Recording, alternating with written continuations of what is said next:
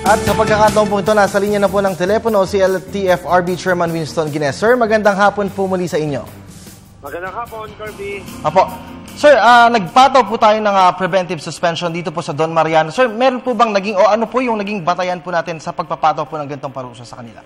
Well, ito po ay in-assess po natin yung matindi at kalagim-lagim nga po na aksidente na nangyari ngayong umaga involving itong Don Mariano.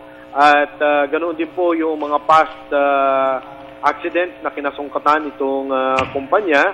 Ganoon din yung mga nakabinbin pang mga kaso po nila dito sa aming opisina. Kaya minabuti po ng board na ito ay patawan ng suspensyon ng buong fleet ng kumpanya.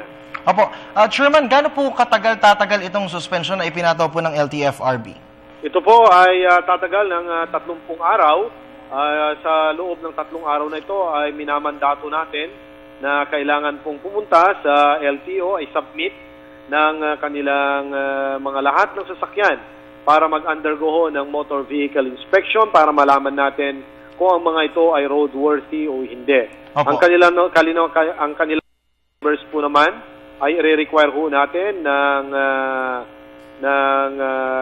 seminar at para sa kaligtasan, sa road safety, pagtupad sa mga traffic laws and regulations, at i-require din po natin na magkaroon ng mandatory drug testing lahat ng mga drivers ng Don Mariano. Opo. Sir, marami po kasing sa mga kababayan natin ang nagtatanong kung nakipag-ugnayan na nga po ba ang pamunuan naman po ng Don Mariano sa LTFRB. At sir, ano po ba yung maaaring matanggap po ng mga benepisyo ng ating mga kababayang nasawi po o sinawing pala dito po sa nangyaring aksidente? Totoo po yun.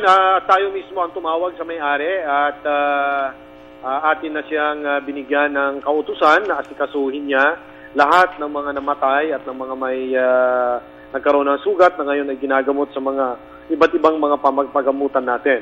No, under our accident, passenger accident liability insurance, lahat po ng mga mananakay po natin, basta't ito ay authorized na sasakyan, hindi kolorum ay makakatanggap ng 75,000 bawat pasahero na namatay at 15,000 naman po para sa medical reimbursement ng mga nasaktan, ano? Pero kung pagkatapos ng kanilang o pagpapagamot ay magkaroon ho sila ng permanent disability, gaya ho ng pagkabulag ng mata o isang mata o dalawang o pagputol ng mga paa, kamay at iba pa hong mga ito ay meron ding iba pang mga compensation under the schedule of benefits.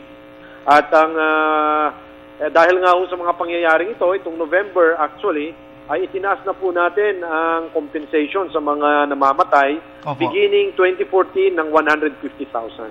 Opo. Sir, sa akin lang pong pagkakaalala, nagkaroon na po ng aksidente itong Don Mariano Transit noong nakaraang taon. Dito naman po sa may bahagi ng EDSA. Sir, sa ngayon po ba, ilan na po yung naitalang aksidente nitong Don Mariano? At bago po ito, bago po natin sa kasamaang palad po, hindi po natin mabigyan ng prangkisa, kung magpapaulit-ulit po yung ganitong sistema po nila sa pagmamaneho. Totoo po yan. Ano? Noon pong nakaraang noong 2011, ang Don Mariano nga, base dun sa records ng LTFRB, ay siya yung pinakamataas na mayroong kaso ng damage to property. Yan ay nailathala noong 2011. At totoo nga, no, noon dun sa kanilang aksidente noong July 2012 sa EDSA Ortigas flyover, na kung saan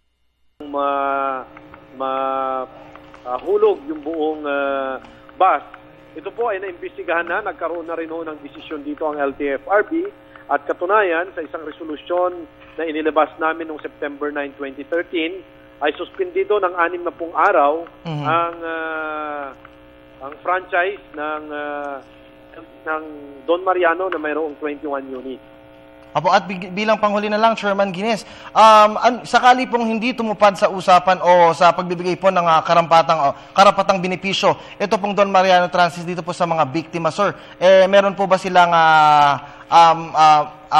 magiging sanctions po sa inyo mga well, totoo po yun dahil obligasyon po nilang tumulong at yan ay magiging batayan namin kung ano ang magiging final na decision dito kung suspension o cancellation po ng kanilang prangkisa. Alright, maraming salamat po, Chairman Guines, sa oras at impormasyon pong ibinahagi niyo po sa amin. That was LTFRB Chairman Sige Winston po. Guines. Maraming salamat po. Okay po.